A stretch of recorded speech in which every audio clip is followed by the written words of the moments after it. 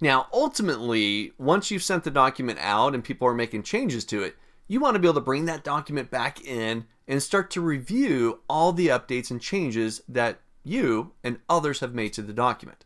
I want to be able to go through each of the changes and either accept the change or reject it. If I accept it, it'll take whatever the user did to the document and bring that in. If I reject it, it'll take it back to the default state, to the original state that the document was in before the change was made. Take a look. This is how you can go through once track changes is active and accept or reject changes made to the document. Now, once again, I've got the example file open, 23 word track changes, and I've made a few changes to it. I've formatted something, I've deleted something, and I've added something to the document and done a bit more formatting as well. Now, I'm back up to the review tab, top of my screen.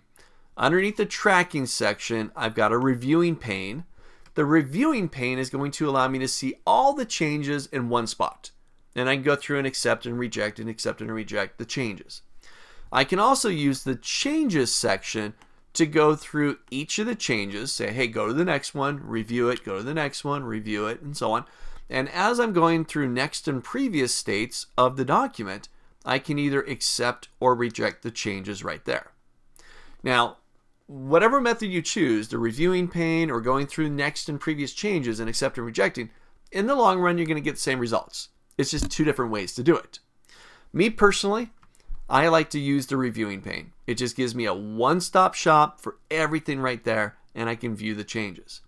But by using the changes, I can go next and previous and actually jump through the document.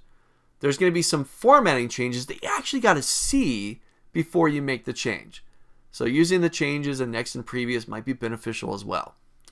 So I'm going to go to review pane, place it over by default on the left, but I can change that to be horizontal, put it at the top actually as well, either way.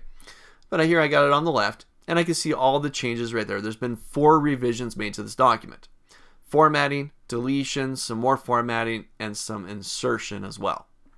So now I can go through these. If I right click on one of them, let's say like this formatting, bold, font color, accent, that was the first sentence in that paragraph. I'll right click on it, and I have an option to be able to accept the format change or reject it.